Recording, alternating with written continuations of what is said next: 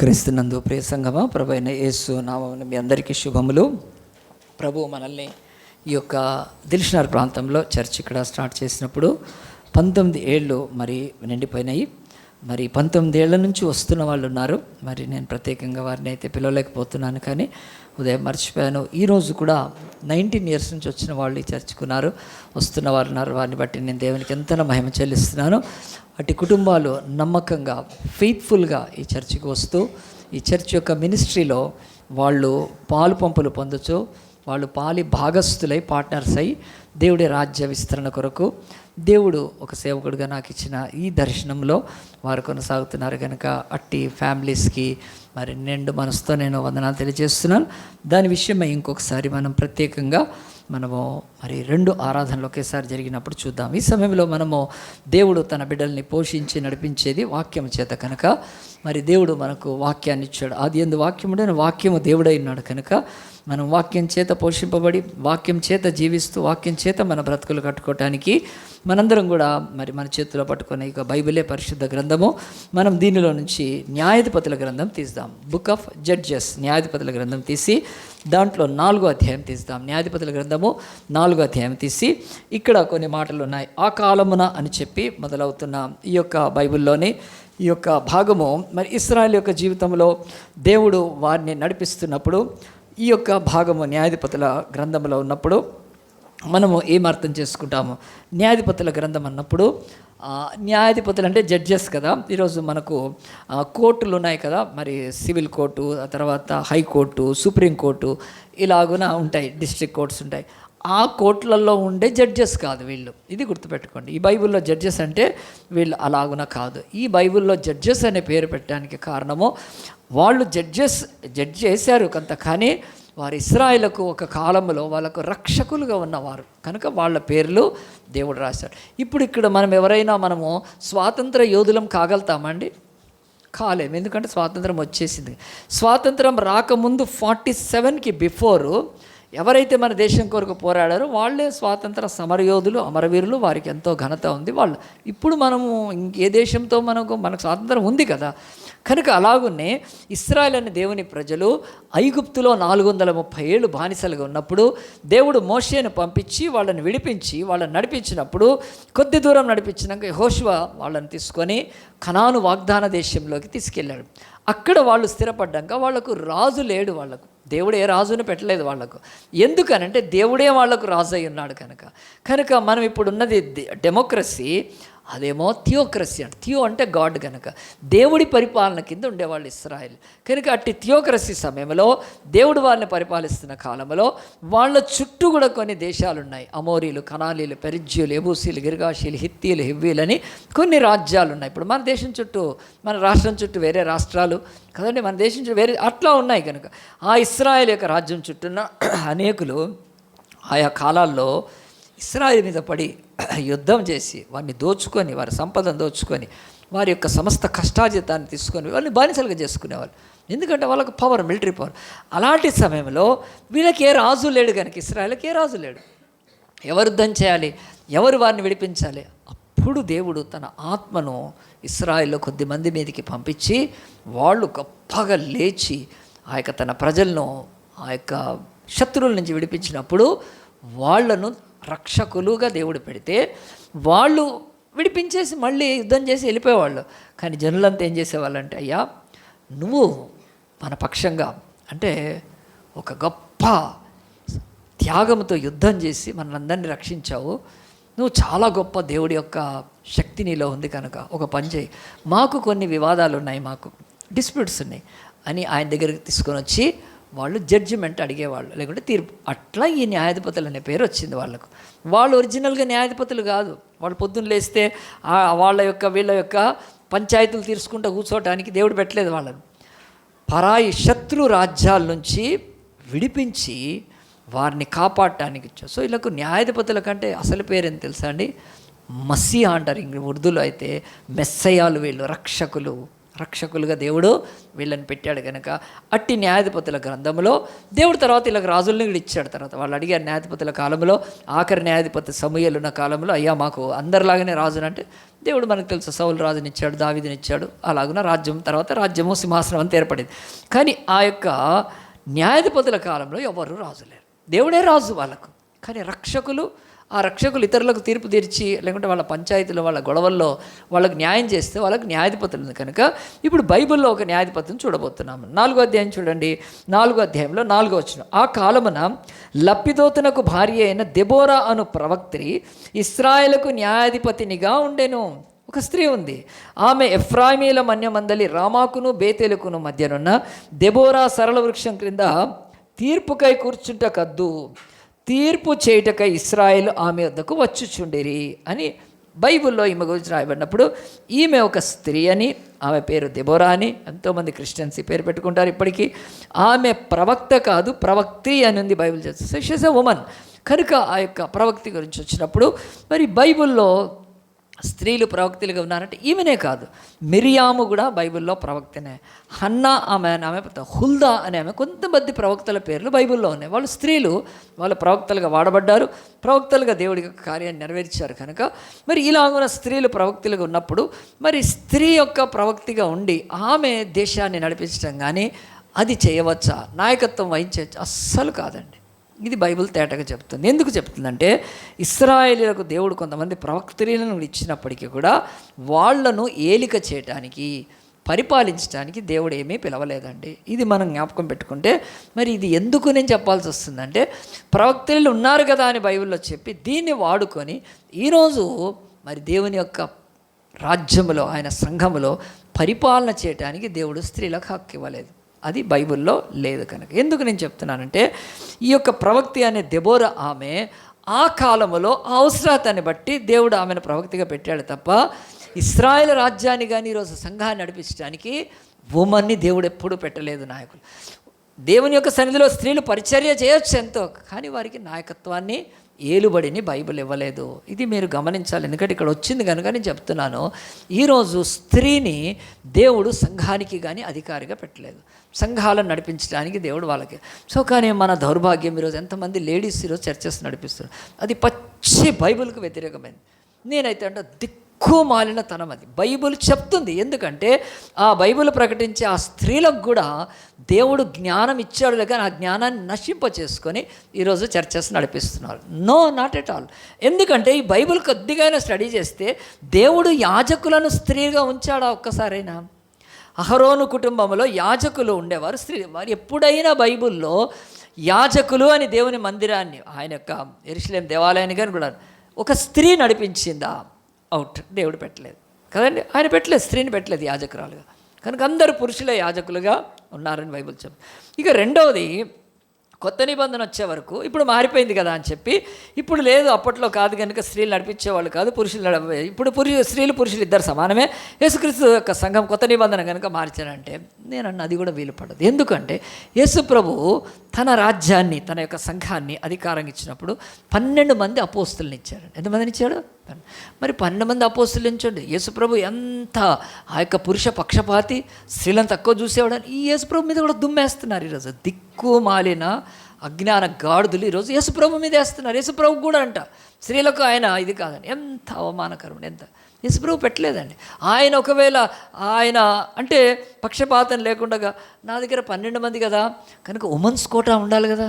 ఈరోజు పార్లమెంట్లో women's quota ఉంది కదండి, ఉన్నారు అంతమంది ఎంపీలు, అసెంబ్లీలో ఉంటుంది, ప్రతి జాబ్లో కూడా ప్రతి చోట ఉమెన్స్ కోటా ఉంటుంది. కనుక మెట్రో ఎక్కితే ఉమెన్స్ కోటా వాళ్ళదే ఫస్ట్ డబ్బా, దాంట్లోకి ఎక్కితే బయటికి రాం మనం. కనుక ఆలోచించండి, ఉమెన్స్ కోటా అంతటి ఉన్నప్పుడు యేసుప్రభు ఉమెన్స్ కోటా ఎందుకు పెట్టలేదు? పెట్టచ్చు కదా ఆయన కదా మొత్తం కాకపోయినా 12 మందిలో కదండి 8 మందిని పెట్టి ఒక 4 అపోస్తులను ఆడవాళ్ళని పెట్టాడని పెట్టలేదు ఆయన.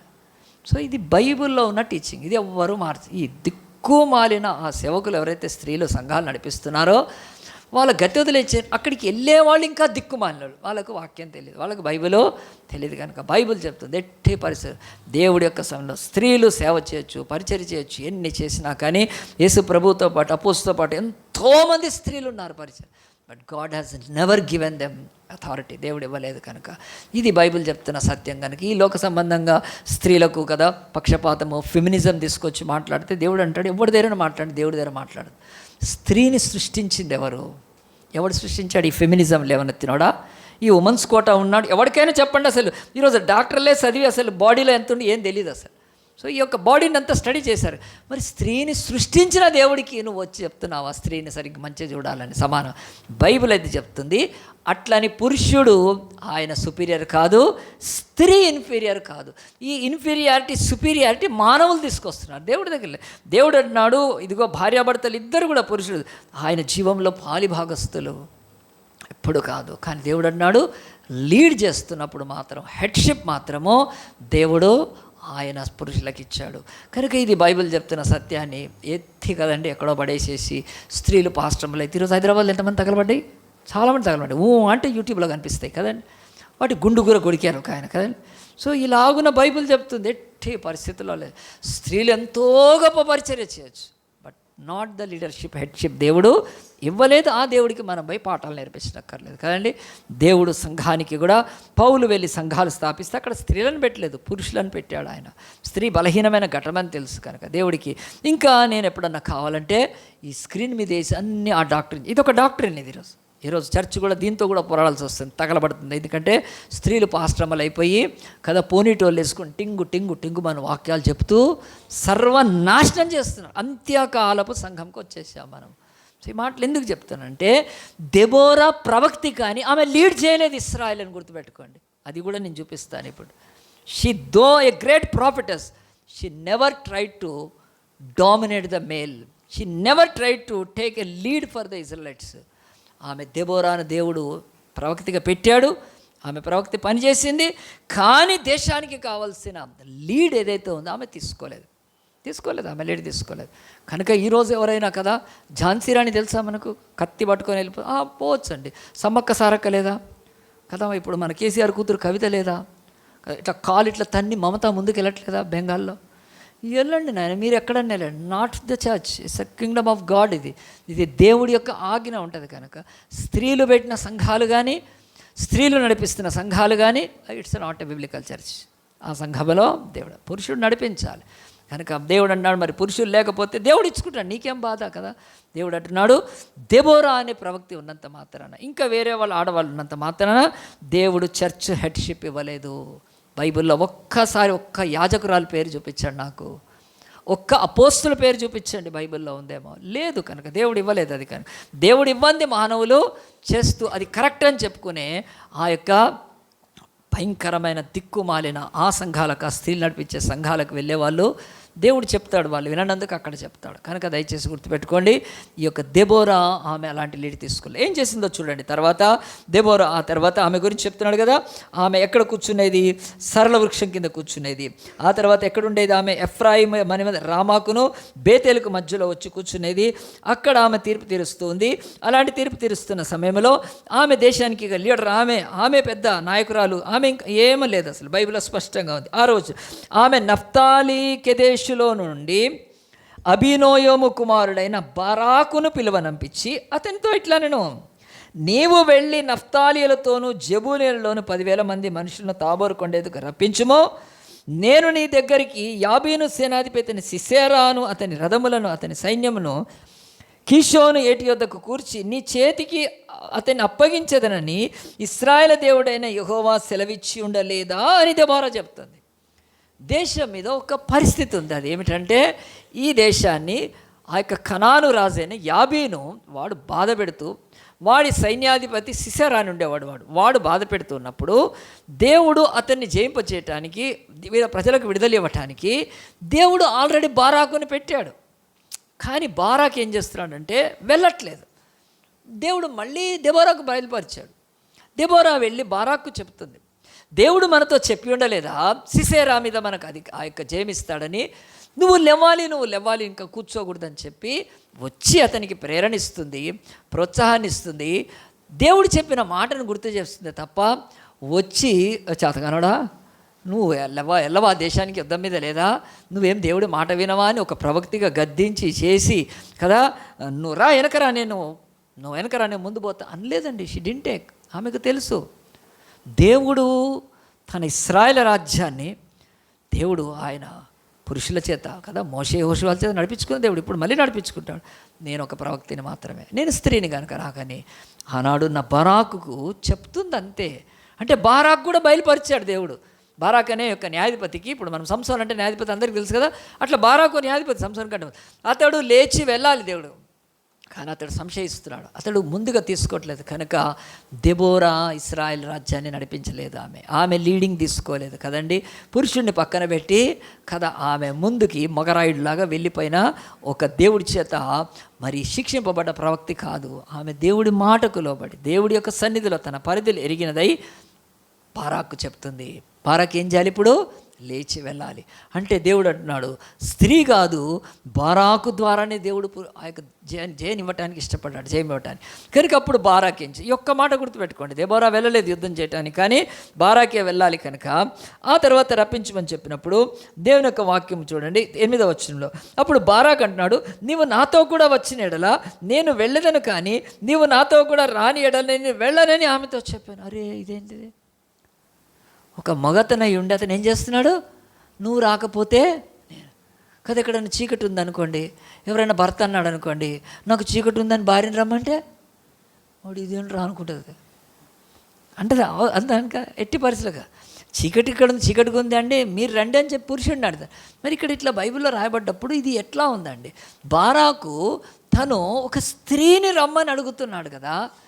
మరి ఈ బారాకు ఎంత చేతగాని వాడనే, ఎంత బలహీనుడని, ఎంత అని చెప్పి ఈ యొక్క వాక్యం అట్లా కనిపిస్తున్నప్పటికీ మీరు గుర్తుపెట్టుకోండి, ఇది ఎట్టే పరిస్థితిలో కాదండి. ఎవరైనా మరి దిక్కుమాలిన పాస్టర్ అవ్వడని చెప్తే కూడా మీరు దయచేసి ఏ మాత్రం కాదండి.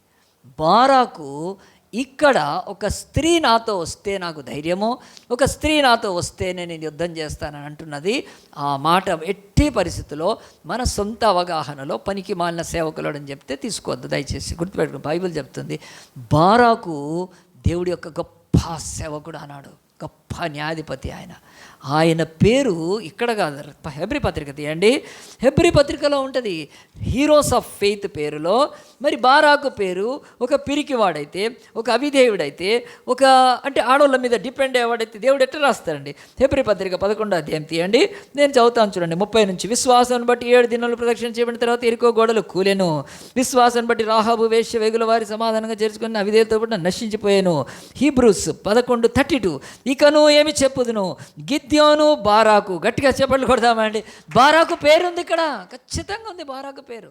సో ఆయన మామూలు ఆయన కాదండి, దేవుడు రాసి పెడుతున్నాడు చూడండి. గిద్యోను, బారాకు, సంసోను, యెఫ్తా, దావీదు. మరి ఇక్కడ పేరు ఎందుకు వస్తుందండి? ఒక స్త్రీని తనతో యుద్ధానికి రమ్మని, నువ్వు వస్తేనే నేను యుద్ధానికి వెళ్తానని చెప్తున్నా ఒక పిరికివాడు, బలహీనుడు, లేకపోతే అతని పేరు విశ్వాసుల జాబితాలోకి ఎట్లా వస్తుందండి? ఎట్టి పరిస్థితుల్లో కాదు. కనుక మనము తప్పుగా అర్థం చేసుకోవద్దండి. బారాకు అని అతను ఒక గొప్ప న్యాయాధిపతి, దేవుడి కొరకు వాడబడ్డాడు. అతని పేరు కొత్త నిబంధనలో కూడా హెబ్రీ పత్రికలో హీరోస్ ఆఫ్ ఫెయిత్లో ఉందంటే మీరు బైబిల్లో తప్పక జ్ఞాపకం పెట్టుకోండి. ఇక్కడ బారాకు విషయంలో ఈ మాట చెప్పాలి. ఎందుకంటే ఆమె స్త్రీ నమ్మని కాదు, బారాకుకు ఒకటి అర్థమైంది. ఏమర్థమైందంటే దేవుడి ప్రజెన్స్ నాతో ఉంది, కానీ దెబోరాతో కూడా దేవుడి ప్రజెన్స్ ఉంది, దేవుడి సన్నిధి ఉంది. కనుక నాకు ఎంత దేవుని సన్నిధి ఉందో ఈమెకు కూడా ఉంది. కనుక మనం ఇద్దరము కలిసి వెళ్తే, నువ్వు కూడా నాతో వస్తే ఆ యుద్ధాన్ని జయించవచ్చు. అది ఒరిజినల్ బైబిల్లో ఉన్న మీనింగ్. గుర్తుపెట్టుకోండి, చాలాసార్లు ఆమెకులో ఉన్న అభిషేకాన్ని బారాకు గుర్తించాడు, ఆమెకున్న దేవుని సన్నిధి ప్రసన్నతను ఆ బారాకు గుర్తించాడు. కనుక మనం వెళ్తుంది ఒక శత్రువు మీదకి, వాడు అన్యుడు. కనుక మనం ఇద్దరం కలిసి వెళ్తే ఖచ్చితంగా గాడ్స్ ప్రజెన్స్ ఎక్కువ ఉంటుంది. కనుక మనము వాడిని జయిస్తామని అది మీనింగ్. కనుక ఈరోజు వరకు కూడా మన బ్రతుకుల్లో ఒక వ్యక్తిలో ఉన్న బారాకు వల్ల దేవుడి సన్నిధి ప్రజెన్స్ మనం చూడగలగాలండి, అంతకుమించి ఏమీ లేదు. కనుక ఆమె ఎందుకు రమ్మంటున్నాడు కదా? ఆమె కత్తి పట్టుకోదు, ఈట పట్టుకోదు, ఏమో స్త్రీ కనుక ఆమె అలాంటి చేయాల్సిందంతా బారాకే. కానీ ఆ ప్రజెన్స్ ఎంత ఆలోచించండి. మనం కూడా అందరం కూడా ఈరోజు ఒక పాస్టర్గా నా దగ్గరికి ఒక హాల్ టికెట్ తీసుకొని వస్తారు. ప్రార్థన చేస్తే ఎందుకు తీసుకొస్తారండి? నాకు ఆ సిలబస్ తెలుసా, నాకు ఆ ఎగ్జామ్ ఏంటో తెలుసా? ఏం తెలియదు. కానీ నేనైతే మళ్ళీ 2 సార్లు అడుగుతా ఏం ఎగ్జామ్ అని, రాంగ్ ప్రేయర్ చేయకూడదు. ఏమి they believe that pastor when he prays God will listens. ఈయనతో దేవుడి ప్రజెన్స్ ఉంటుందని ఒక నమ్మకమే కదా, అంతకుమించి ఇంకేమీ లేదు. నేను ప్రార్థన చేస్తాను, అవును మరి నేను ప్రార్థన చేస్తే దేవుడు ఆలకిస్తాడు అనేది అతనిలో కనిపిస్తుంది. ఇప్పుడు రోడ్డు మీద పోయేవాడు ఎవడో నన్ను అడగడు కదా. సో బైబిల్ చెప్తుంది మనం ఇతరులలో ఉండే అభిషేకాన్ని గుర్తించాలి. బారాకు గుర్తించాడు. దెబోరాలో ఎంత గాడ్స్ ప్రజెన్స్ ఉంది ఆమెతోటి. ఆమె నాతో పాటు యుద్ధ భూమిలో ఉంటే నేను జయిస్తానని చెప్పి. సో మనతో పాటు ఇంకోళ్ళు ఉండాలని, ఈరోజు భూమి మీద మనం ఎంతోమంది అండి మనతో వీళ్ళు ఉండాలని కోరుకుంటాం, కానీ అస్సలు సిస్సలు దేవుడి యొక్క అభిషేకం కలిగిన వాళ్ళు మనతో ఉండడము ఒక పెద్ద యుద్ధాల్లో జయమిస్తుందండి. మనకు ఆలోచిస్తున్నారా? ఈరోజు మనం మామూలుగా తీసుకోండి, ఎవరైనా రమ్మంటే షాపింగ్కి వస్తామని షాపింగ్కి పోతారు ఇద్దరు కదండి. ఎన్నో చోట్ల కలిసి తీసుకెళ్తారు కదా. ఇద్దరు వెళ్ళాలి కనుక ఖచ్చితంగా ఇద్దరైతేనే మంచిగా ఉంటాయి. ఇప్పుడు మన ఈ యొక్క యానివర్సరీ జరుగుతున్నప్పుడు డీకన్స్ ఒకళ్ళొకళ్ళు మాట నువ్వు రా అని చెప్పి ఇద్దరు వచ్చి అక్కడ పని చేస్తారు. ఇది యవనస్తులు వాళ్ళు కూడా అరే నువ్వు ఒక్కడు కదా మనం ఇద్దరం పోదామని చెప్పి ఇదిగో ఈ పులిపిట్ అయితే అన్నీ పెట్టారు. అంటే ఇద్దరు ఉంటే ఎంత ఈజీగా ఉంటుందండి. ఇది మానవంగా మనం ఒకళ్ళకొకళ్ళు సహాయంగా ఉంటారని. కానీ బారాకు యొక్క మనస్సు ఇంకా గొప్పగా ఉంది. మన బ్రతుకుల్లో ఎవరి మీద దేవుని అభిషేకం ఉందో దాన్ని గుర్తించి వారు మనతో ఉంటే జయం అనేది నమ్మితే మనం కూడా ఏమాత్రం సంశయం నాతో రాను అని చెప్పి అనుకుంటాం కనుక ప్రియ దేవుని బిడ్డలారా, బారాకు యొక్క జీవితంలో దెబోరాలో ఉన్న అనాయింటేషన్ గుర్తుపట్టాడు. ఈరోజు చాలామంది కదండి అనాయింటేషన్ తెలియకనే కదా ఈరోజు లోకం ఎంత మోసంలో పడిపోయింది కదా. ఈరోజు ఒక సేవకుడు కానీ ఒక దైవ సేవకుడిలో కానీ ఉండే అభిషేకాన్ని గుర్తించకుండా చిల్లరగా ఈరోజు రంగులు, లైట్లు, ఆ తర్వాత లిప్స్టిక్లు, ఆ తర్వాత రంగురంగుల బట్టలు, చివరికి చిక్కిరి డ్యాన్స్ దాకా తీసుకొచ్చి పెట్టారు. ఆడు డ్యాన్స్ వేస్తాడు ఒకడాడు. అవసరమా అండి ఇవన్నీ? అసలు ఏ సేవకుడిలో అభిషేకం ఉందో తెలిసే దినాలే లేవు ఈరోజు. ఎంతసేపు అట్రాక్షన్, రంగులు, స్టేజులు, మైకులు, ఆ తర్వాత ఈ యొక్క మ్యూజిక్, వీటి మీద కొట్టుకొని పోతుంది. ఎక్కడో కూర్చున్న బారాకు దెబోరాతో మాట్లాడితే తెలుసుకున్నాడు దెబోరాలో గొప్ప అభిషేకం ఉంది. ఆమె నాతో ఉంటే ఇన్ని రోజులు ఆగాను, ఇప్పుడు వేస్తాను, యుద్ధం వెళ్తాను, కానీ ఆమె నాతో ఉంటే చాలని ఆ డబుల్ పోర్షన్ ఆఫ్ అనాయింటేషన్ మనం కోరుకోవాలి. ఈరోజు ఏ సేవకుడు మీద అభిషేకం ఉందో తెలుసుకోలేని దిక్కుమాలిన స్థితిలో సంఘం పడిపోయిందండి. గాలికి కొట్టుకొని పోతున్నారు కదా. ఇక్కడ ఎవడో స్టేడియంలో పెడితే వెళ్ళిపోతారు అడిగాడు కదండి. ఎవరు సేవకుడు, ఎవరు ఏంటి అనేది అర్థం కాకుండా ఉంది కనుక ప్రియ దేవుని బిడ్డలారా జ్ఞాపకం చేసుకోండి, బారాకుకి ఏమీ భయం లేదండి. ఒక స్త్రీ వస్తే కదా ఆమెకి కాదు, కానీ ప్రజెన్స్ ఆఫ్ గాడ్ మీ లైఫ్లో గుర్తుపెట్టుకోండి. మీతో దేవుని అభిషేకం కలిగిన బిడ్డలు ఉంటే మీ లైఫ్లో మంచి సక్సెస్ ఉంటుంది. అది మాత్రము జ్ఞాపకం పెట్టుకోండి. తర్వాత మరి బారాకు మాట విన్నాడా అంటే విన్నాడండి. దెబోరా కూడా ఆ మాట అన్నాక అనింది. ఏమనిందంటే, దెబోరా నువ్వు నన్ను కోరుకుంటున్నావు, కానీ ఒకటి నీ జీవితంలో గుర్తుపెట్టుకో, ఆ యొక్క జయము కలిగినప్పుడు ఆ జయము యొక్క ఘనత నీకు దక్కదు. ఎందుకంటే నువ్వు అలాగున దేవుడు వెళ్ళమంటున్నప్పుడు నన్ను కోరుకు, నేను వస్తాను తప్పకుండా కానీ అని చెప్పారు. కానీ అప్పుడు మరి బారాకు అట్లా అన్నాక దెబోరా ఏం చేసిందండి కదా, సరే నేను లీడ్ చేస్తా, నా వెనకరా అని చెప్పి అనలేదండి. ఆమె అలాంటివి తీసుకోలేదు. అలాంటి ఆధిపత్యాన్ని తీసుకోకుండా వస్తాను నీతోటి ఖచ్చితంగా. ఒకటి మాత్రం గుర్తుపెట్టుకో, నీవు ఒకవేళ దేవుడు ఇచ్చిన ఆ యొక్క ఫెయిత్కి తక్కువ ఉంది కనుక నీకు ఘనత కూడా తక్కువే ఉంటుంది, నీకు రాదు, యుద్ధమైతే జయిస్తామని చెప్పి ఆమె చెప్పేసిందండి. ఆమె చెప్పిన తర్వాత చూడండి 9, అప్పుడు ఆమె అంటుంది, నీతో నేను అగత్యంగా వస్తాను, అయితే నీవు చేయి ప్రయాణం వల్ల నీకు ఘనత కలగదు, జయము కలుగుతుంది కానీ ఘనత కలగదు. యెహోవా ఒక స్త్రీ చేతికి సిసెరాను అప్పగించని చెప్పి తాను లేచి బారాకుతో కూడా కేదేశునకు వెళ్ళినాక ఏమైపోయిందండి మీరు తర్వాత చదువుకోండి. దేవుడు చెప్పినట్టుగా ఆ యొక్క 10,000 మందిని ఈ యొక్క మరి బారాకు పోగు చేశాడు. వాళ్ళంతా ఎక్కడికి వెళ్ళాలి? తాబోరు కొండ దగ్గరికి వెళ్ళాలి. తాబోరు కొండ దగ్గరికి వాళ్ళందరూ కూడా యుద్ధం చేయడానికి వెళ్ళినప్పుడు అక్కడికి వెళ్ళిపోవాలి. ఈ యుద్ధానికి చేయడానికి వచ్చారని ఆ యొక్క కయ్యూను రాజు అయిన యాబీనుకు తెలిస్తే యాబీన్ ఏం చేశాడంటే తన దగ్గర ఉన్న సిసెరా అని ఆర్మీ చీఫ్ సైన్యాధికారిని పంపించాడు. వాడి దగ్గర 900 రథాలు ఉన్నాయండి. ఆనాడు ఇనప రథాలు ఉన్నాయంటే ఆ ఇనప రథాలు ఎంత భయంకరం అంటే వాళ్ళ దగ్గర ఇనప రథాలే ఉన్నాయంటే ఇంకెన్ని ఆయుధాలు ఉంటాయి. ఇశ్రాయేలుకు సరిగ్గా ఈటే కత్తి కూడా సరిగ్గా లేదండి వీళ్ళకు ఆయుధాలు. అలాంటి పరిస్థితుల్లో అలాంటి ఒక పెద్ద డేంజరస్ ఆర్మీ ఉన్న దాని మీదకి ఏమాత్రం కూడా శక్తి లేని ఒక ఆర్మీగా వీళ్ళు 10,000 మంది ఆ యొక్క తాబోరు కొండ దగ్గర రమ్మన్నప్పుడు వెళ్ళారు. తాబోరు కొండ దగ్గరికి వెళ్ళారు. బారాకు ఉన్నాడు యుద్ధభూమిలో, దెబోరా ఉంది యుద్ధభూమిలో. ఇక యుద్ధం స్టార్ట్ చేయాలి. కానీ యుద్ధం గెలుస్తారా? ఎట్లా గెలుస్తారు? అంతా బలమైన ఆ యొక్క సిసెరాకున్న రథములు ఏంటంటే అవి చక్రాలకి ఇక్కడ ఇనుపై కడితే అవి ఈ యొక్క కాల్బలం అంటారు. అంటే కెవలరీ ఆర్మీలోకి వచ్చిన వాళ్ళ కడుపుల్లో పేగులు లాగేస్తాయండి అట్లా తీసుకెళ్తే.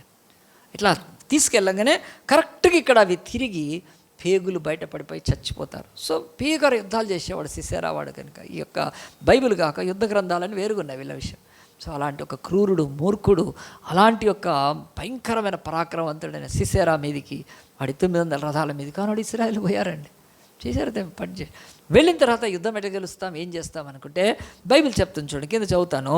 ఈ యుద్ధము వాళ్ళకి ఏం జరిగింది అని చూస్తే దేవుని యొక్క వాక్యంలో 12వ వచనంలో, అభినోయం కుమారుడైన బారాకు తాబోరు కొండ మీదకి పోయానని సిసెరాకు తెలుపబడినప్పుడు సిసెరా తన రథములన్నిటినీ తన 900 ఇనుప రథాలను అన్యుల హోరేషెత్ నుండి కీషోను వాగు వరకు తన పక్షంగా ఉన్న సమస్త జనమును పిలువనంపగా తన పక్షం ఉన్న వాళ్ళందరినీ వాడు పిలిచాడు. ఇక్కడ బారాకు లేచి కూడా ఆ యొక్క తాబోరు కొండకి వెళ్ళాడు. మరి వాళ్ళు కొండ మీదకి రథాలు వస్తాయా? కొండ మీదకి రథాలు వస్తాయండి? రాలేవు. మరి రథాలు ఎక్కువ ఎఫెక్ట్కి ఎక్కడుంటాయి? మైదానం మీద కదండి, మైదానం మీద కదా. చూడు, మనం కూడా కారు మోటార్ సైకిల్ వాడుకుంటాం, కొండల్లో తిరుగుతామా పెట్టుకొని? ఎక్కడ తిరుగుతామండి? రోడ్డు మీద కదా. అట్లానే తాబోరు కొండ మీద ఆ యొక్క రథాలు రాలేవు కనుక దేవుడు అన్నాడు అక్కడ కాదు తాబోరు కొండ మీద కాదు, నువ్వు దిగి మైదానంలోకి వెళ్ళమని ఆ యొక్క సిసెరా ఆ యొక్క బారాక్కి దెబోరాకి చెప్తే వాళ్ళు కొండ మీద కాకుండా మైదానంలోకి వచ్చేసారు. మైదానంలోకి రాగానే వాడు సిసెరా అనుకున్నాడు ఇప్పుడు ఉంది ఇక వీళ్ళ పని అని చెప్పి వాడు రథాలు వేసుకొని వచ్చి ఆయుధాలతో ఇశ్రాయేలు 10,000 మందిని హతమార్చొచ్చండి. అలాగను బయలుదేరినప్పుడు అప్పుడు మళ్ళొక్కసారి దెబోరా ప్రవచనం అండి, దేవుని ఆత్మ కదండి వచ్చినప్పుడు ఆమె ఏమంటుందో చూడండి. దెబోరా, లెమ్మో, యెహోవా సిసెరాను నీ చేతికి అప్పగించిన దినం ఇదే. This is the day that the lord has made. ఈ దినం పోగొట్టుకోదు బారాకు. ఈరోజు మన శత్రువు మీద మనకు సంపూర్ణ విజయం ఇచ్చే లెమ్మో అని చెప్పి ఇంకొకసారి దెబోరా కూడా ఆత్మ ద్వారా నింపబడినదే చెప్తున్నప్పుడు బారాకు ఆ 10,000 మందిని వెంట పెట్టుకొని తాబోరు కొండ మీద నుండి దిగి వచ్చాను. వాడు కూడా దిగి వచ్చాగా బారాకు వారిని హతము చేయనట్లు యెహోవా సిసెరాను అతని రథాలన్నిటినీ అతని సర్వసేనను కలవరపరచగా సిసెరా తన రథము దిగి కాలి నడకన పారిపోయాను. ఎందుకు పారిపోయాడు? వాడు కాలి నడకన పారిపోయాడు. అంటే యుద్ధం చేస్తున్నారు ఇశ్రాయేలీలు. ఆ ఇశ్రాయేల్ యొక్క మైదానంలో, గ్రౌండ్ అంటే మైదానం అంటే ప్లెయిన్, యుద్ధం చేస్తుంటుంటే ఎవరు గెలవాలి? సిసెరా గెలవాలి. సిసెరా గెలవాల్సిన వాడు రథం దిగి వెళ్ళిపోయాడండి. అప్పుడప్పుడు మనం ఎప్పుడన్నా బస్సు దిగి ఎందుకు వెళ్ళిపోతాం? బస్సు ఆగిపోతే ఏం చేస్తాం? దిగి వెళ్ళిపోమా బస్సు ఆగిపోతే కదా? మీకు తెలియదు కానీ మేము చిన్నప్పుడు మాకు చాలా రెగ్యులర్ ఎక్స్పెన్సెస్. మాతో బస్సు నొక్కిచ్చేవాళ్ళు. స్టార్ట్ అయ్యాయి కదా డొక్కు బస్సులు అప్పట్లో. సో డొక్కు బస్సులో తిరిగాం మేము చాలా చిన్నప్పుడు కనుక అలాగున ఇప్పుడు రథం ఎందుకు దిగిపోతున్నాడు? అతను ఓడిపోతున్నాడు, అతను పారిపోతున్నాడు. మరి రథము దిగి ఎందుకు వెళ్ళాల్సిన అవసరం వచ్చింది అంటే లెమ్మో, యెహోవా నీకు చెప్తున్నాడంటే వీళ్ళు కాదు, ఇశ్రాయేలు కాదు, దేవుడు యుద్ధం చేయడం మొదలుపెట్టాడు వాళ్ళతోటి. మనం ఎప్పుడైనా ప్రార్థన చేసుకొని ఒకవేళ దేవుని నమ్మితే మన యుద్ధాలు బైబిల్ అందు గురించి యుద్ధం యెహోవాదనే బైబిల్ అట్లే వచ్చింది. యుద్ధాలు మనవి కాదండి, యుద్ధాలు ఎవరివి? యెహోవావి కనుక. ఎందుకంటే యుద్ధం యెహోవాదైన పాట కూడా ఎంత బాగా రాశారు. సో దేవుడు యుద్ధం చేయడం మొదలుపెట్టాడు. ఆ యుద్ధం చేయడం మొదలు పెడితే సిసెరా రథం దిగి వెళ్ళిపోతున్నాడు ఓడిపోయి. వాడికి కావట్లేదు. ఎందుకు అయి ఉంటుంది? దేవుడు యుద్ధం చేసినప్పుడు ఈ బైబిల్లో చాలాసార్లు రాయబడింది. ఒకవేళ మనం మొదటి సమయాలు గ్రంథం 7 చూస్తే దేవుడు ఉరుములతో మొత్తాడు వాళ్ళని కదండి, ఉరుములతో ఇచ్చేస్తాం. ఇప్పుడు ఎవరైనా కత్తి పట్టుకొని వచ్చారనుకోండి కదా, కత్తి పట్టుకొని వస్తే నా ఎదురుగా కత్తి పట్టుకొని వస్తే కదండి కదా, మన పాత సినిమాలు అన్నీ ఉంటాయి, టిల్ అని కొట్టుకుంటూ ఉంటారు కదా, ఇట్లా కింద కొడతారు, పైన కొడతారు, కింద కొడతారు, చేసుకుంటూ ఉండొచ్చు. ఇప్పుడు దాంట్లో వచ్చే కోలాటం కూడా వచ్చేసింది కదా. అప్పుడు కత్తులు పెట్టుకుంటే కోలాటం కొట్టుకుంటూ ఉన్నారు కదా, టింగు. సరే, ఎందుకంటే అట్లా యుద్ధాలు చేసి మరి దేవుడు ఒకవేళ ఆకాశం నుంచి మెరుపులు పడుతుంటే మెరుపులు ఏం కొడతావు నువ్వు? అది ఇట్లా అనగానే ఒక మూతి పగిలి ఉంటుంది మనకు, ఇట్లా అనగానే జుట్టు కాలిపోయి ఉంటుంది మెరుపులతో. ఎవడు చేస్తారండి? దేవుడు ఆయన ఆకాశం నుంచి యుద్ధం చేసి అలాగన మొత్తి తన శత్రువులను హతమార్చేస్తాడు. దేవుడు ఉగ్రతలో, అది దేవుడు తీర్పులోనే, అది ఆయన ఇది లేక కాదు. అలాగున ఇక్కడ కూడా ఏదో జరిగింది. వాడు సిసెరాగాడు కిందికి దిగి వెళ్ళిపోయాడంటే బైబిల్లో ఈ చాప్టర్లో లేదు, పక్క చాప్టర్లో రాశారు. చూడండి 5వ అధ్యాయంలో దేవుని యొక్క వాక్యం చెప్తుంది. దేవుడు యుద్ధం మొదలుపెట్టినప్పుడు 4వ వచనం చూడండి. ఇశ్రాయేలు దేవుడైన యెహోవాను కీర్తించదను. యెహోవా నీవు షేయరు నుండి బయలుదేరినప్పుడు, ఏదెంపుల నుండి బయలుదేరినప్పుడు భూమి వణికెను, ఆకాశము నీళ్లను కురిపించెను, మేఘములు వర్షించెను, యెహోవా సన్నిధిని కొండలలో నుండి ప్రవాహములు వచ్చెను. తాబోరు కొండ మీద ఆ ప్రాంతం అంతా దేవుడు వర్షం కురిపించాడు. ఆ వర్షం కురిపిస్తే ఆ వర్షం ఏమవుతుంది తెలుసండి, అలాగన ప్రవాహంలాగా వచ్చినాక వీడు సిసేరాగాడు 900 రథాలు తీసుకొని పొయ్యి దుంకి ఎగిరి చంపేద్దాం అనుకున్నాడు. కానీ రథాలు దేని మీద నడుస్తాయి కానీ బురదలో నడుస్తాయా? ఇంకా ఆడికి బురద అయిపోయింది. రథాలు పోవట్లేదు. వాళ్ళు రథాలతోటి ఇబ్బంది పడుతున్నప్పుడు ఇశ్రాయేల్ సేన వెళ్ళి దొరికిన కాడికి వాడిని హతమార్చేశారండి. వాడికి అర్థమైపోయింది సిసేరాని ఇప్పుడు నేను ఓడిపోతానని, పట్టబడతానని చెప్పి అప్పుడు నాయకులు తప్పించుకోవటానికి వాడు రథము దిగి వాడు వెళ్ళిపోతున్నాడు కాలినడకన. ఎంత మంచి దేవుడు! నీ యుద్ధాలు దేవుడు చేస్తాడు. ఆ స్పాట్లో, ఆ సమయంలో, ఆ గడియలో దేవుడు ఎట్లా చేస్తాడో నీకు తెలియదండి. బట్ నువ్వు నమ్మి వెళ్ళాలి కనుక దేవుడు ఆకాశం నుంచి ఇప్పుడు ఉరుములు మెరుపులేం అక్కర్లేదు. ఆయనకి ఏం కావాల్సి, వర్షం పంపిస్తే చాలండి. ఇప్పుడు ఒక పెద్ద మ్యాచ్ అవుతుంది, మ్యాచ్ క్యాన్సిల్ కావాలంటే ఏం కావచ్చు, వర్షం పడితే తుస్సు బ్యాట్లు పట్టుకొని కూర్చుంటారు కదా, ఏం చేస్తారు? స్టేడియంలో ఆడతారా మ్యాచ్? ఆడకూడదు. ఒక వర్షముతో దేన్నైనా క్యాన్సిల్ చేసి పారేయగలుగుతాడు దేవుడు. ఆయన అంత శక్తిమంతుడు కనుక ఇక్కడ దేవుడు అన్నాడు, సిసేరా అనే రథములు కలిగిన గర్విష్ఠి అయిన ఒక క్రూరుడైన దేవుడి ప్రజలను బాధ పెట్టేవాడైనా వాడి యొక్క రథాలను ఎందుకు పనికి రాకుండా చేశాడు. ఇప్పుడు రథాలు బురదలో పోతాయండి, అవి పోవాలి, కష్టంగా ఉంటాయి కనుక అలాగున హతమార్చినప్పుడు వాడు సిసేరా పారిపోయాడు. బైబిల్లో తర్వాత వచనం చూడండి ఎంత మంచిగా రాయబడిందో. ఆ తర్వాత 16 వచనం, ఆ యొక్క 15లో బారాకు వారిని హతము చేయనట్లు యెహోవా సిసేరాను అతని రథములన్నిటినీ అతని సర్వసేనను కలవరపరచగా, అంటే బురదలోకి తీసుకెళ్ళి కలవరపరిచాడు. భయంకరమైన మడ్డులోకి వెళ్ళిపోయారు. వాళ్లకు రథాలు చక్రాలు ముందుకు వెళ్ళట్లేదు కనుక అదే అదునుగా దేవుని ప్రజలు వాళ్ళని హతమారుస్తున్నప్పుడు సిసేరా అని వాళ్ళ సైన్యాధి తన రథము దిగి కాలినట్టున పారిపోయాను. బారాకు ఆ రథములను సేనలు అన్నిలో హరేషత్తుల వరకు తరుమగా సిసేరా యొక్క సర్వసేనయు కత్తివాత కూలెను, ఒక్కడైనా మిగల్లేదు, వాడు తప్ప వెళ్ళిపోయారు. ఎంత గొప్ప జయం ఇచ్చాడండి దేవుడు. ఈరోజు మనకదే చెప్తున్నాడు. సిసేరాను దేవుడు హతమార్చినప్పుడు మరి ఆ యొక్క సిసేరా పారిపోయినప్పుడు ఎక్కడ పోయాడు? మరి దేవుడు అన్నాడు సిసేరాను అప్పచెప్తాడు, ఆడు పారిపోయాడు కదా, ఇప్పుడు ఆడు ఎక్కడున్నాడు?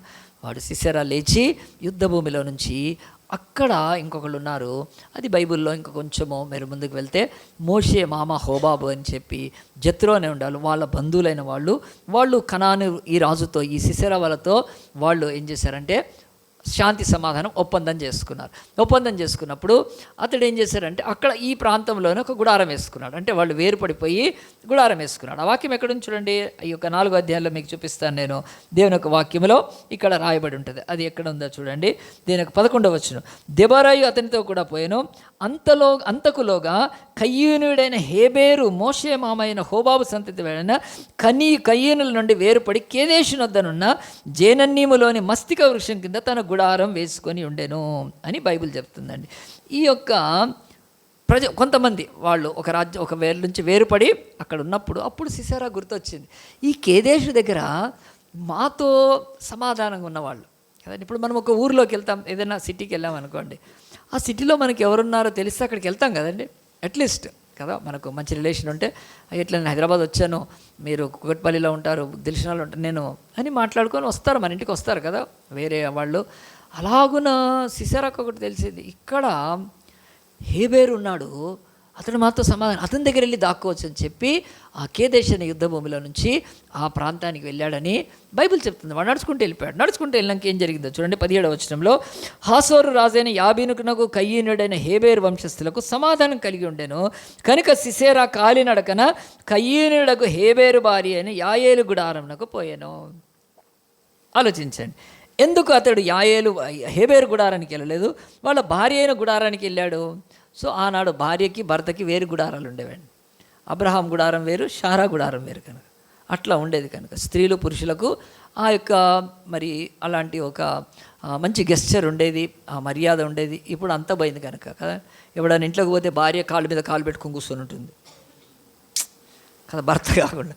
సో ఈరోజు అంతా సీన్ రివర్స్ ఉంది కనుక, అంటే భర్త అంటే ఆ యొక్క చెప్పాలంటే ఆ సంస్కృతి అది బైబిల్లో కూడా ఉందండి.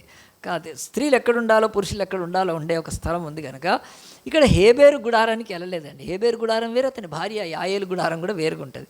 స్త్రీలు పురుషులు వేరే గుడారంలో ఉండేవాళ్ళండి. అలాగున్నప్పుడు ఇతడు యాయేలు అని అతని భార్య గుడారానికి ఎందుకు వెళ్తున్నాడు అంటే, శత్రువులు తన్ని వెతికినప్పుడు వాళ్ళు స్త్రీల గుడారాలు వెతకరు, అంతా గొప్ప ఇది పాటించేవాళ్ళు, స్త్రీల గుడారాల్లోకి వెళ్ళేవాళ్ళు కాదు. కదండి, అలాగున ఒక గౌరవం ఇచ్చేవారు. కనుక అతను ఏమనుకున్నాడంటే ఇక్కడ పోయి దాక్కోవచ్చు ఏదైనా చెప్పుకోనని ఆ గుడారం దాకా వెళ్ళే వరకు అప్పుడు అక్కడ నిజంగా హేబేరు భార్య యాయేలు ఉందండి. చూసి ఏమందో చూడండి. అప్పుడు యాయేలు సిసెరాని ఎదుర్కొని పోయి అతన్ని చూచి, నా ఏళ్ళవాడ నాతోటి తిరుగుము భయపడకమని చెప్పినందున అతడు ఆమె గుడారంన చచ్చెను. ఆమె గొంగళితో అతన్ని కప్పగా అతడు దప్పికొనుచున్నాను అని చెప్పాడు. ఎందుకు దప్పికేస్తుందండి తనకి? ఎందుకు నడుస్తుంది? బురదలో నడిచి చాలాసేపు నడిపించాడు బురదలో దేవుడు. బురదలో నడిచి మనం మామూలు నడిస్తేనే కాళ్ళు నొప్పులు, బురద ఇంత లోతు కాలు దిగిపోతే కాలు తీసి అలా ప్రాణభయం, అలా మరణభయం కనుక, యుద్ధం కనుక ఎంత వడిగా వేగంగా రొప్పుతూ ఆ బురదలో పడి రథాన్ని వదిలిపెట్టేసేసి తన సైన్యాన్ని వదిలిపెట్టేసేసి పారిపోతున్న అతనికి ఎంత ప్రయాస. కేదేశ్ వరకు వెళ్ళే వరకు అక్కడ రొప్పుతూ ఉన్నప్పుడు ఈమె చూసింది, దప్పికొని ఉన్నాడని చెప్పి ఆమె ఏం చేసింది, ఒక పాల బుడ్డి విప్పి అతనికి ఇచ్చి అతనికి ఒక దుప్పటి ఏదో కప్పుతూ ఉండగా అతడు గుడారపు ద్వారా నిలిచి ఉండము. ఎవడో కానీ లోపలికి వస్తే ఇక్కడ ఎవడైనా ఉన్నాడని నిన్ను అడిగిన నువ్వు ఎవడు లేడని చెప్పి నన్ను తప్పించు అని చెప్పి వాళ్ళతో సమాధాన పడ్డ వాళ్ళే హేబేరు వంశస్థులు కనుక సిసెరా వాళ్ళకి యుద్ధాలు లేవు, వాళ్ళు పీస్ఫుల్గా ఉండేవారు అని చెప్పినప్పుడు బైబిల్ చెప్తుంది చూడండి. అప్పుడు పిమ్మట హేబేరు భార్య అయిన యాయేలు గుడారపు మేకు తీసుకొని సుత్తె చేత పట్టుకొని అతని వద్దకు మెల్లగా వచ్చి అతనికి అలసట చేత గాఢ నిద్ర కలిగి ఉండగా నేలకు దిగునట్లు ఆ మేకును అతని కణతలో దిగగొట్టగా అతడు చచ్చెను. గట్టిగా చప్పట్లు కొడదామండి. బైబిల్ చెప్తుంది ఇక్కడ దేవుడు యాయేలు ద్వారా సిసెరాని భూమి నుంచి తీసుకెళ్ళాడు. మరి ఇక్కడ బైబిల్లో చెప్తున్న ఈ మాట ప్రకారము ఏంటి అనంటే, ఒక స్త్రీ చేతిలో చచ్చిపోయాడండి. ఆనాటి ప్రపంచంలో 900 రథాలు కలిగిన ఒక సైన్యాధిపతి ఒక స్త్రీ చేతిలో ఒక గుడారంలో కదండి ఇంత మేకు కణిత కొట్టి పండుకుంది. వాడు సైడ్కి పండుకున్నాడు. దయచేసి ఎవరైనా సైడ్కి పండుకోకండి. అయితే సెంటర్కి పడినా ఇక్కడ కొట్టేదేమో తెలియదు కానీ సైడ్కి పెట్టి కొట్టింది. వీడొక దుర్మార్గుడు. యాయేలు మనసు తెలుసు. యాయేలుకు ఒకటి అర్థమైంది, ఇశ్రాయేలును పాడు చేసేవాడు వీడే, ఇశ్రాయేలును నాశనం చేసేవాడు వీడే, వాళ్ళని దోచుకునేవాడు వీడు గర్వంతో రథాలతో గర్వించి ఎంతమంది పేగులు బయటకు వచ్చేటట్టు చంపినవాడు వీడే, కనుక వీడు నా చేతికి చిక్కాడని చెప్పి సుత్తి తీసుకొని కొడితే దెబ్బకు చచ్చిపోయాడండి వాడు. సో దేవుడు ఇక్కడ ఒక స్త్రీ చేత చంపడం ఇదంతా మీరు వదిలేయండి. మీరు బైబిల్ స్టడీకి వస్తే నేను డీపర్గా చెప్తాను. అక్కడికంటే మీరు ఎక్కువ ఆలోచించాలి. ఇక్కడ ఒకటి ఆలోచించాలి, ఏంటంటే అసలు కావాల్సిన ఎవడైనా ఈరోజు తనకున్న రథాలను బట్టి ఆ యొక్క సైన్యాన్ని బట్టి ఆయుధాలను గర్విస్తే వాడి గతి ఇది అని చెప్తున్నాడు. భూమి మీద ఎవడైనా సరే ఈరోజు ఎన్ని రాజ్యాలు, మాకు ఇంత మిలిటరీ ఉంది, ఇంత ఎయిర్ ఫోర్స్ ఉంది, ఇంత నేవీ ఉంది, ఇంత మాకు దేవుడు అంటాడు నేను కొడితే మాత్రం ఎట్లా తెలుసా, ఇంటెనక చచ్చినట్టు అవుతారు. మీరు గుర్తుపెట్టుకోండి. ఇప్పుడు తర్వాత సిసెరా చచ్చిపోయాడని తెలిసిపోయి ఉంటుంది, అన్ని దేశాలకు తెలిసి ఉంటుంది. అన్ని దేశాలకు తెలిసిన సిసెరా ఎట్లా చచ్చాడంటే దేవుడు చెప్తున్నాడు, ఆయన సిసెరా స్త్రీ చేతిలో చంపితే దేవుడికి ఘనత, వాడికి అవమానం రావాలి. ఇది గాడ్స్ ప్లాన్. గుర్తుపెట్టుకోండి. పెన్నుంటే రాసి పెట్టుకోండి. దేవుడు ఎవ్వరి మీద జయమందాల్సిన పని లేదండి మన దేవుడికి. గుర్తుపెట్టుకోండి. దేవుడు ఆయన అజేయుడు. ఎవరైనా జయింపశక్యం కానివాడు అని దేవునికి పేరు కనుక. సో ఆయన జయించేవాడు ఎవరు లేదు, ఆయన అజేయుడు కనుక దేవుడు అంటాడు ఆయన ఎవరినైనా సిగ్గుపరచడం మాత్రం చేస్తాడు. తగ్గించుకుంటే హెచ్చిస్తాడు, ఘనపరుస్తాడు. హెచ్చించుకుంటే సిసెరాలాగా ఒక ఆడ చంపి సిగ్గుబయటట్టు చేస్తాడు. ఇది దేవుడికి. దేవుడు ఎవరిని జయించాల్సిన పని లేదు. గుర్తుపెట్టుకోండి. మన దేవుడు భారతదేశాన్ని ఎవరిని జయించలేదు, చైనాని జయించలేదు. ఆల్రెడీ ఆయన జయం పొందాడు. ఆయన ఏమంటాడంటే ఎవడైతే హెచ్చించుకుంటాడో వాడిని సిగ్గుపరచాలి. అది కనుక దేవుడు. మరి ఎవరైనా తగ్గించుకుంటే వాళ్ళను ఘనపరుస్తాడు ఆయన. ఇది ఆయన పద్ధతి. సో ఇక్కడ ఉన్నాడు, సిసెరా నువ్వు నా ప్రజల మీద ఇశ్రాయేలు మీద రథాలు తీసుకొని వచ్చావు, నీకు ఎంత పేరుంది బయట, చాలా ఫేమస్ వీడు. ఈరోజు ఆడు ఎట్ట చచ్చాడు అందరు చెప్పుకుంటారు, అరే ఆడవాళ్ళ చేతిలో చచ్చిపోయిండ్రా భయ్, ఇట్లు గుడారంలో పోయి మేగొట్టి చంపిద్రా భయ్ అని చెప్తాడు. సిగ్గు భయానికి దేవుడు సిగ్గు తీస్తాడు. గుర్తుపెట్టుకోండి. దేవుడికి ఒకటే పని ఆయనకు, అలా తగ్గించుకున్న వారిని హెచ్చిస్తాడు, హెచ్చించుకున్న వారిని మాత్రం ఆయన సిగ్గునంతాడు. So God's plan. కానీ యేసుప్రభు శిష్యులు కూడా ఆనాడు కదండి, ఆదిమ అపోస్తులు అతక శిష్యులు వాళ్ళు కదా అద్భుతాలు సూచక్రియలు మహత్కార్యాలు చేస్తూ ఆనాడు పండితులు అనుకున్న వారిని వీరి చేత పామరులను సిగ్గుపరిచాడు. పండితులు ఆ రోజు ఒక్కొక్కడు ఎంత పండితులు, కానీ వీళ్ళు చేపలు పట్టుకునే వాళ్ళు పోతే వాళ్ళకు సిగ్గుపోయేది తెలుసా. దేవుడు గుర్తుపెట్టుకోండి. ఈరోజు కూడా బలహీనులు, పేదవాళ్ళు, అభాగ్యులు ఈ లోకన చదువులేని వాళ్ళు ఎవరుంటే వాళ్ళు ఏం బాధపడనక్కర్లేదు. వాళ్ళని తీసుకొని దేవుడు జ్ఞానులను సిగ్గుపరుస్తాడు. 1 కొరింథీ 1:27 ఉంటుంది, మీరు రెఫరెన్స్ గుర్తుపెట్టుకోండి. దేవుడు బలవంతులను సిగ్గుపరచడానికి, బలహీనులను, జ్ఞానవంతులను సిగ్గుపరచడానికి లోకంలో ఎరివారిని ఏర్పాటు చేసుకున్నాడు. అందుగురించే దేవుడు అంటాడు, మీరు ఎప్పుడు కూడా అనుకోవద్దు సిసేరా ఏం చేస్తాడంటే, దేవుడు అంటున్నాడు ఒక ఆమె దగ్గర మేకుంటుంది ఇంట్లో, ఆమె గుడారంలో ఖాళీ కూర్చొని ఉంటుంది, వేసేస్తుంది, ఇంకంతే. ఇంకా దేవుడికి ఏం ప్రాబ్లం. ఆలోచించండి ప్రియ దేవుని బిడ్డలారా, ఈ గొప్ప జయము సిసేరా మీద కలిగినప్పుడు వాళ్ళు ఏం చేశారు చూడండి. తర్వాత బైబిల్ సిసేరాని చంపిన తర్వాత 23లో, ఆ దినంలో దేవుడు ఇశ్రాయేలు ఎదుట కనాన్ రాజని యాబీని నంచిన తర్వాత కనాన్ రాజని యాబీని సంహరించే వరకు ఇశ్రాయేలు చెయ్యి కనాన్ రాజని యాబీ విరోధం అంతకంతకు హెచ్చుచుండెను. తర్వాత దేవుడు తన కార్యాన్ని సంపూర్ణం చేశాడు. కనుక ఈరోజు ఇక్కడ వాక్యాన్ని చూస్తే మనకు నేను ఇది ఎందుకు చెప్తున్నాను, ఇదిగో యాబీన్ అనే ఒక కనాను రాజు యొక్క సైన్యాధికారిని సిసేరా లేసి 900 రథాలు తీసుకొస్తే తాబోరు కొండ దగ్గర ఉన్న మైదానం మీద, కొండ మీద కాదు, 900 రథాలను బురదలో వర్షములో కొట్టివేస్తూ దేవుడు తన ప్రజలకు ఇచ్చిన జయము ఎందుకు నేను తీసుకున్నానంటే, ఇది బైబిల్లో రాయబడ్డప్పుడు ఒక వివరణ ఉంది. అదేమిటో తెలుసా, ఇది 20వ సంవత్సరము. చూడండి దేవుని యొక్క వాక్యము చెప్తుంది. న్యాయాధిపతుల గ్రంథం 4వ అధ్యాయంలో చూడండి 33వ వచనం, అతనికి 900 ఇనుప రథములు ఉండే, అతడు 20 సంవత్సరములు ఇశ్రాయేలును కఠినమైన బాధ పెట్టగా. అంటే కనుక దేవుడు ఇశ్రాయేలుకు ఒక విడుదల ఇచ్చాడు. ఇప్పుడంటే 20 సంవత్సరాలు. దాన్ని నేను తీసుకొని ఆధారంగా చెప్తున్నాను. ఈరోజు మన చర్చ్ కూడా 20 సంవత్సరాలు అయ్యింది మనం కదండి. 20 సంవత్సరాలంటే దేవుడు నీకు కూడా నాకు కూడా ఒక విడుదలను ప్రకటించే సంవత్సరం, ఒక మన యొక్క విడుదల ఆ యొక్క ప్రారంభించి దేవుడు నెరవేర్చే కాలం. కనుక 20 ఇయర్స్ దేవుడు చెప్తున్నాడు, నీ జీవితంలో ఎక్కడ బాధ వేదన ఉందో నువ్వు నమ్ముతావా? దెబోరాలాగా బారాకులాగా ముందుకెళ్తావా? దేవుడు తప్పకుండా నీకు జయమిస్తాడని ఈ బైబిల్లో రాయబడింది. కనుక మరి వీరి జయానికి ఎట్లా కారణం? 4 సంగతులు ఫాస్ట్గా చెప్తాను. నంబర్ 1 చేసుకోండి. వీళ్ళకి ఇంత గొప్ప జయం రావటానికి 900 సైన్యము ఆ యొక్క రథాలు కలిగిన వాడు ఇశ్రాయేల్తో ఒక మైదానంలో ఓడిపోయాడంటే అన్ని దేశాలకు తెలిసి ఉంటుంది. ఆ జయము దేవుడు తన ప్రజలకు ఇస్తే ఆ జయం ఎట్లా కలిగిందో మనకి ఈరోజు బైబిల్ ద్వారా ఆయన నేర్పిస్తున్నాడు. అదేమిటనంటే బైబిల్లో చూడండి, మొదటిది ఆ యొక్క 4వ అధ్యాయం 3వ వచనంలో, అతడు 900 ఇనుప రథాలు ఉండేది. అతడు 20 సంవత్సరంలో ఇశ్రాయేలు కఠినమైన బాధ. ఇశ్రాయేలు యెహోవాకు మొర్రపెట్టిరు. మొదట ప్రార్థన చేయాలి మనం. దేవుడు అంటున్నాడు మొట్టమొదటిది మన విడుదల ప్రార్థన ద్వారా. అంతకుముందు వాళ్ళు భక్తిహీనులుగా ఉన్నారు ఇశ్రాయేలు, దేవుణ్ణి పట్టించుకోకున్నారు, దేవుని ఆరాధించుకున్నారు, దేవునికి ఏమీ లేదు. సో మొర్రపెట్టమన్నాడు, ప్రార్థన చేయమని చెప్తున్నాడు. కనుక దేవుడు మనకి ఎన్ని వాగ్దానాలు ఇచ్చాడు. నీవు నాకు మొర్రపెట్టుమని నేను నీకు ఉత్తరం ఇస్తానన్న కదా. మరి దేవుడు అన్నా, నా యందు మీరు మీ యందు నా మాటలు మీకు ఇష్టం అడుగుడి, మీకు ఏది ఇష్టం అడుగుడి అది మీకు ఇవ్వరు. మనం నా నామాను మీరు ఏది అడిగినా తండ్రి కుమారుని మహిమపరచబట్టకు ఎన్ని వాగ్దానాలు ఉన్నాయండి బైబిల్లో. ప్రార్థన కదా చేస్తే దేవుడు మనకు జయమిస్తాడు. సిసేరా ఉండొచ్చు, 900 రథాలు ఉండొచ్చు, భయంకరమైన ఆ యొక్క పరిస్థితులు ఉన్నాయి. Still prayer brings victory. ప్రార్థన చేయాలి మనం. ఈరోజు సంఘంలో ఎంతమంది ఈ 20 సంవత్సరంలో నీకు నిజంగా విడుదల కలగాలంటే మీ బతుకుల్లో కుటుంబాల్లో ప్రేయర్ తీసుకోండి. సో ఈ సంఘం ఎప్పుడు ప్రార్థన చెప్తా, మీ కొరకు ప్రార్థన చేయడం కాదు, మీరు ప్రార్థన నేర్చుకోవాలి, ప్రార్థనకు రావాలి, మీరు ప్రార్థన స్థాపించుకోవాలి, ప్రార్థన చేయండి. దేవుడు మీ జీవితాలలో ఖచ్చితంగా ఇస్తాడు. మరి ప్రార్థన లేని జీవితం ఏంటి? ప్రార్థన లేని జీవితం ఓడిపోయిన జీవితం, ప్రార్థన లేని జీవితం నిరీక్షణ లేని జీవితం, ప్రార్థన లేని జీవితం శక్తి లేని జీవితం, ప్రార్థన లేని జీవితము సైతానుకు ఎరైపోయిన జీవితము. ఎవడో ప్రార్థన చేస్తే కాదు, నువ్వు ప్రార్థన చేయాలి. ఈ చర్చ ఎప్పుడు కూడా నువ్వు ప్రార్థన నేర్చుకొచ్చేయి. చర్చ్ మీద ఆ భారం వేయకు. చర్చ్ ప్రార్థన నేర్పించే భారం తీసుకుంటుంది. కానీ ఎంతమంది ప్రార్థనకు వస్తారు? ఈ బైబిల్లో 221 ప్రార్థనలో నేను 138 ప్రార్థన 31 కీర్తనలో చెప్పాను కదా. మీరు ఆలోచించండి, ప్రార్థన ద్వారా సిసేరాలను మనం జయిస్తాము, యుద్ధ భూమిలోకి వెళ్ళగలుగుతాము.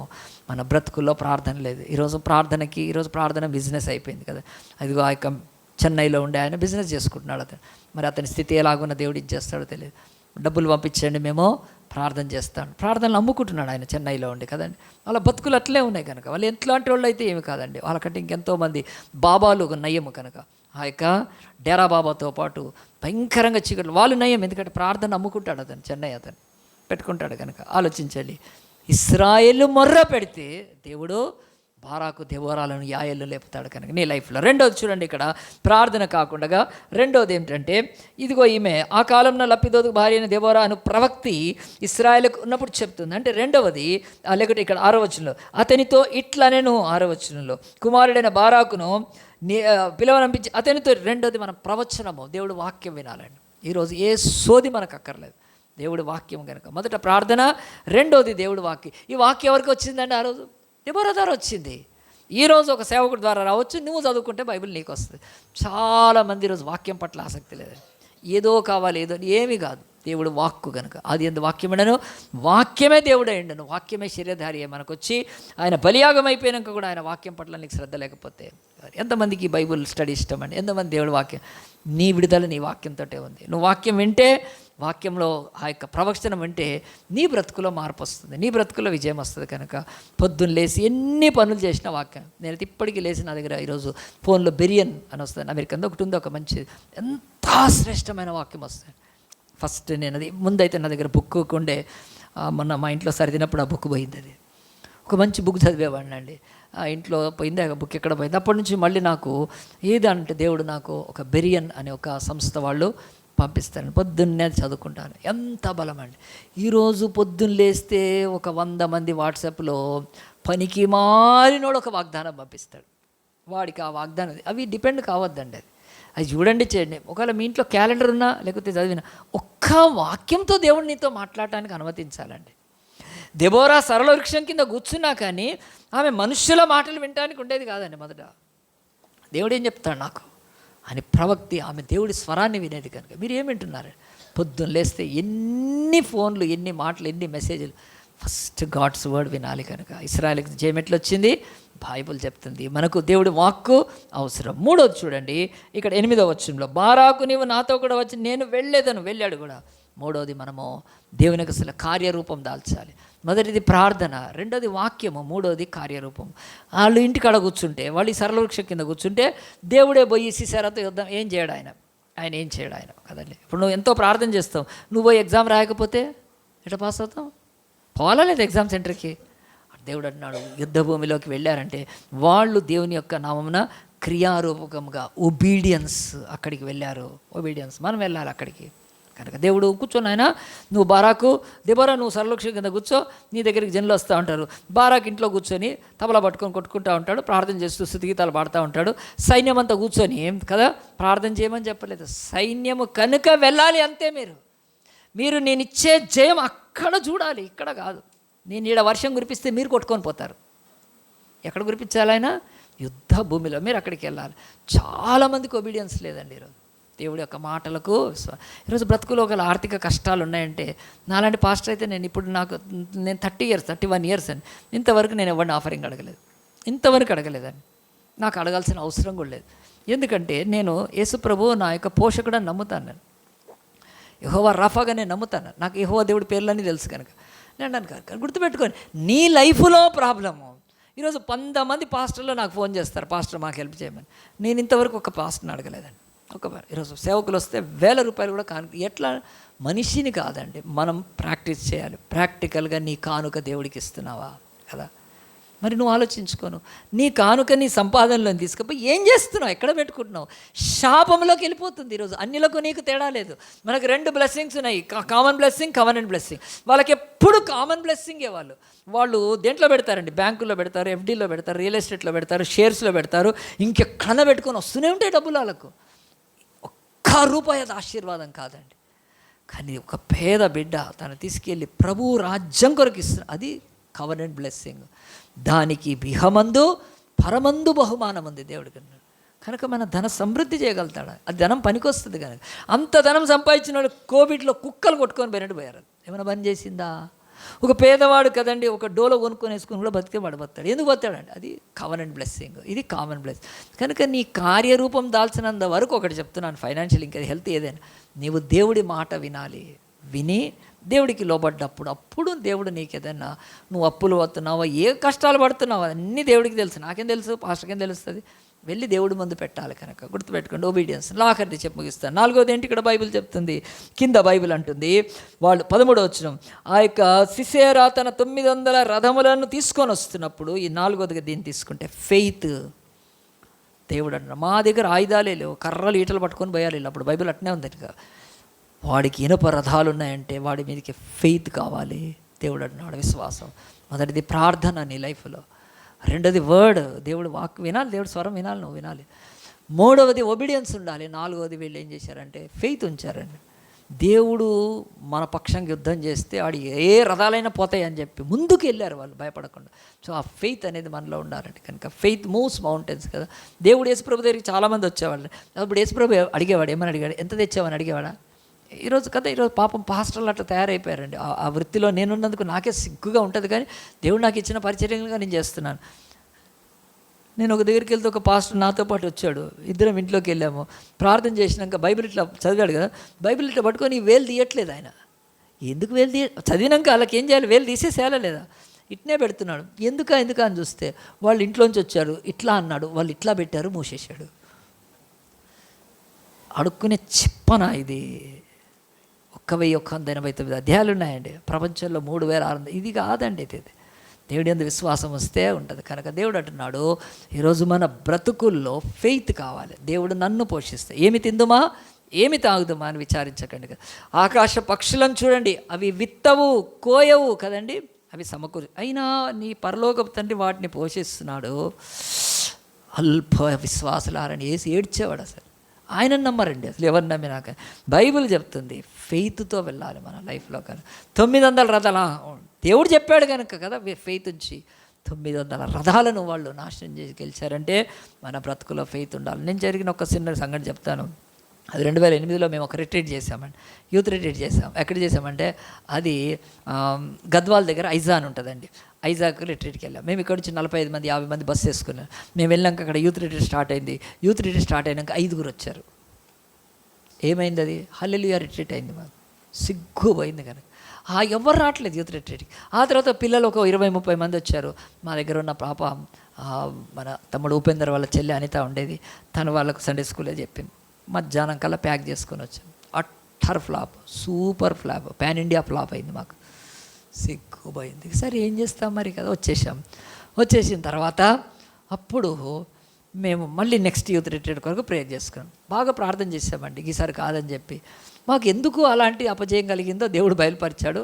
ఆ లోపం బాగా ప్రార్థన చేసుకొని నెక్స్ట్ ఎక్కడ చేయాలంటే సంగారెడ్డిలో అని నేను వెళ్ళిపోయానండి బస్సులో. అప్పుడు నాకు ఇది వెహికల్ లేదు. 2009లో నాకు బొలెరో లేదండి, 2010లో ఇచ్చాడు. అయితే నేను బస్సులోనే ఆర్టీసీ బస్సులో వెళ్ళగానే అక్కడ పాస్టర్లు నన్ను ఒక పాస్టర్ ఫెలోషిప్ తీసుకెళ్లారు. పాస్టర్ ఫెలోషిప్ స్టార్ట్ అయిపోయింది. వాళ్ళు స్టార్ట్ అయిపోయినాక నాకు అసలు టైం ఇవ్వలేదండి. వాళ్ళు లాస్ట్కి ఒక 5 నిమిషాలు ముగింపరంగా హైదరాబాద్ నుంచి ఒక పాస్టర్ వచ్చాడు, మన దగ్గరకు యూత్ రిట్రీట్ పెట్టాలనుకున్నాడు అని మంచిగా ఇంట్రడ్యూస్ చేసి చెప్పారు. నేను చెప్తుంటే ఎవరు వినట్లేదు పాస్టర్లు. ఎందుకంటే అక్కడ వాసన వస్తూ ఉంది, చికెన్ వాసన.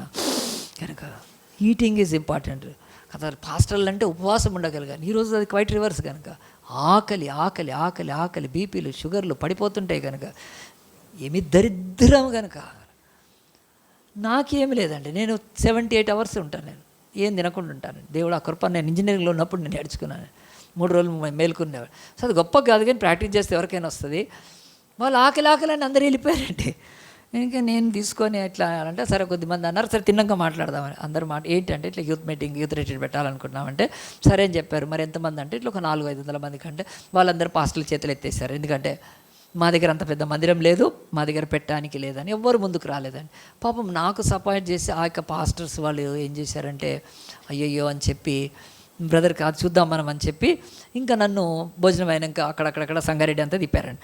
తిప్పినాక ఎవరి దగ్గర కూడా లేదు, ఏమీ లేదండి, ఎక్కడ చేద్దామన్నా లేదు. లాస్ట్కి ఇక నేను బస్ స్టాండ్కి వచ్చి బస్సు ఎక్కాలి. అప్పుడు సంగారెడ్డిలో కలెక్టరేట్ కడుతున్నారండి, కలెక్టర్ ఆఫీస్ కడుతున్నారు.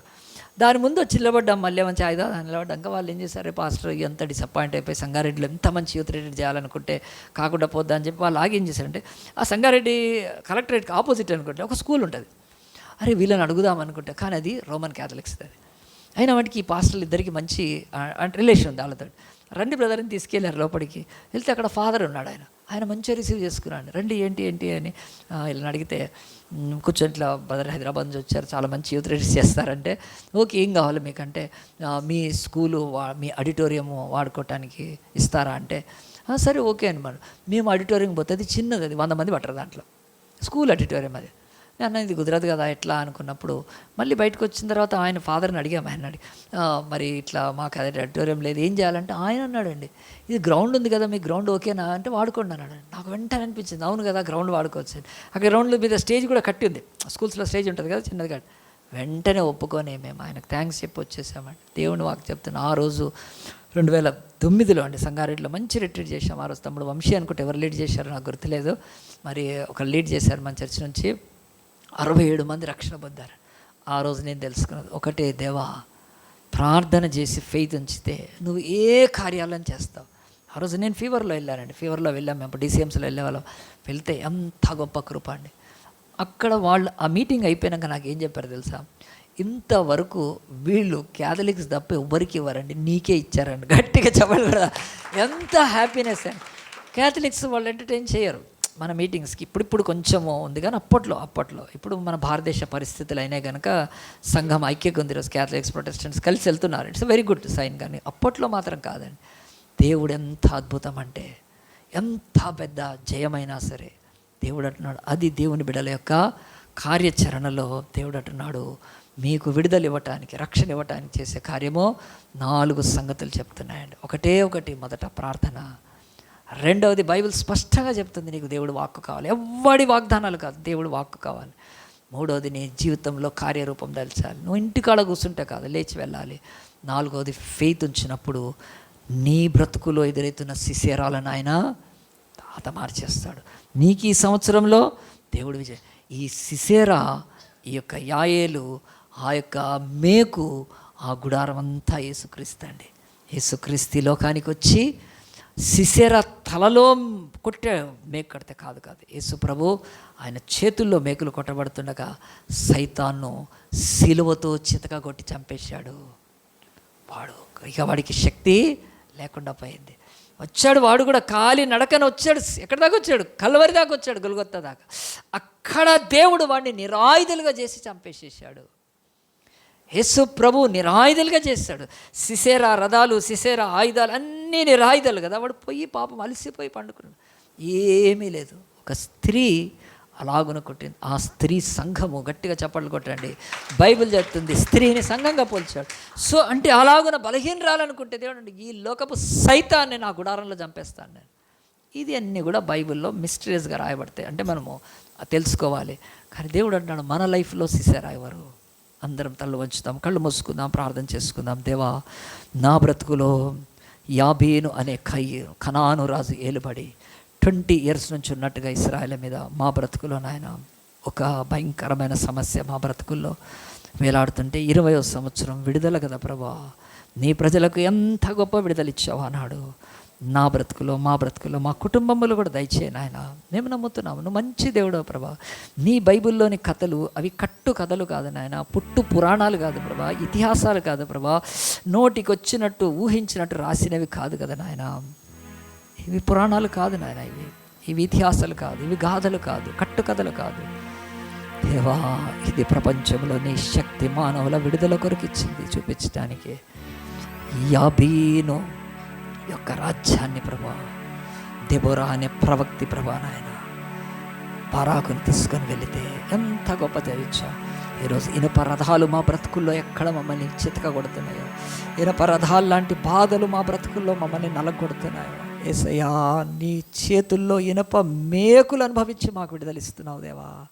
కానీ మాకు కావాల్సింది ఇశ్రాయేలుకు దేవుని యొక్క సన్నిధిలో ఇశ్రాయేలుకు ఎలాంటి మరి ఆ యొక్క విడుదలిచ్చావో మాకు నువ్వు ఇవ్వగలుగుతావు ప్రభా. నువ్వు మంచి దేవుడవు ప్రభా, నువ్వు విడిచిపెట్టే దేవుడవు కాదు. నేను యుద్ధ భూమిలోకి వెళ్తే నా శత్రువైన శిశేరా రథాలను నిర్వీర్తం చేయడానికి నువ్వు వర్షమే పంపిస్తావు. వరద వలె కొండ మీద నుంచి ప్రవాహము వచ్చెను, అంతే బురదలో కొట్టుకొని పోయారు ప్రభా.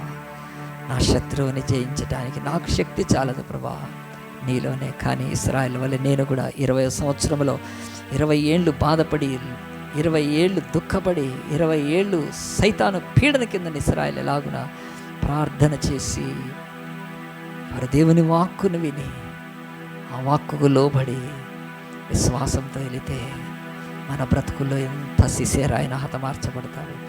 ఆ ఐరన్ రిజ్జిమ్ మనకి మీద నుంచి వెళ్ళిపోతుంది, ఉక్కు పాలన కింద నుంచి బయటకు వస్తాం. బిడ్డ, నీ జీవితంలో అది ఆరోగ్యమా, అది ఆర్థిక సంబంధమైందా, నీ ఆత్మలో కలవరపాట, నీ కుటుంబంలో దుఃఖమా, సమాజంలో ఇదా, అది వివాహమైన ఉద్యోగం ఎక్కడ ఉంది? ఇది నా వైపు చూడు బిడ్డ. దెబోరా ఎంత ధైర్యంగా స్త్రీ అయిన యుద్ధ భూమిలోకి వెళ్ళలేదా? బారాకు దెబోరా యొక్క అభిషేకాన్ని గ్రహించి తను వెంట తీసుకెళ్ళలేదా? కానీ వాడిని సిసేరాను అవమానపరచడానికి ఒక స్త్రీతోటి, ఆ గర్విష్ఠిని, అహంకారిని, విర్రవీగుతున్న వాడిని, ఆ యొక్క ఇనపరదాలను పెట్టుకున్న వాడిని నువ్వు సిగ్గుపరచలేదా ప్రభా? మాకు సహాయం చేస్తావు. మా కుటుంబాన్ని వదిలిపెట్టవేసయ్యా. నీ కల్వరి ప్రేమ కంటే గొప్పది ఏదీ లేదు సయ్యా. నేను నీకు లోబడతాను. ఈ 20th ఇయర్లో, ఈ చర్చ్ ఇయర్లో నాకు విడుదల దయచేయమని నీ హృదయంలో ప్రార్థన చేసుకుంటుండు. నేను ప్రార్థన చేస్తాను. జీవంగల దేవా, పరిశుద్ధుడా, మహోన్నతుడా నాయన, అయ్యా బైబిల్లో ఉన్న తండ్రి, ఇశ్రాయేలు 20 సంవత్సరాలు బాధపడ్డప్పుడు ఆ సంవత్సరం వారికి నాయన నువ్వు ఇచ్చిన గొప్ప విడుదల ప్రభా, న్యాయాధిపతుల గ్రంథం 4వ అధ్యాయంలో ఎంత తేటగా, ఎంత స్పష్టంగా నీ హస్తము, నీ కృప, నీ బలము, నీ శక్తి, నీ దయ నీ ప్రజల మీదకి దిగి వస్తుంది. కానీ ప్రభా, నీ ప్రజలు భక్తిహీనతలో ఉంటే కాదు నాయన, నీ ప్రజలు అవిధేయులైతే కాదు ప్రభా, నీ ప్రజలు ప్రార్థనాహీనులైతే కాదు ప్రభా, వారు ముందుకు వెళ్ళినప్పుడే కనుక నాయన అలాంటి కృపను మాకు సంఘానికి దయచేసి ఈ యొక్క 20 సంవత్సరాల్లో మేము గొప్ప విడుదల మా కుటుంబాల్లో, సంఘాలు అనేక చోట్ల పొందుటకు నువ్వు సహాయం చేయమని, విధమైన వాక్యాన్ని నారుగడి నీరు పోసి నూరంతలు ఫలింపచేయమని, మా రక్షకుడును మా ప్రాణప్రేణను సిసేరా లాంటి సైతానును సిలువలో చితకతొక్కి జయించిన మా రక్షకుడమైన యేసు నామాన్ని బట్టి ఈ చిన్న ప్రార్థన అడిగి వేడుకుంటున్నాము తండ్రి.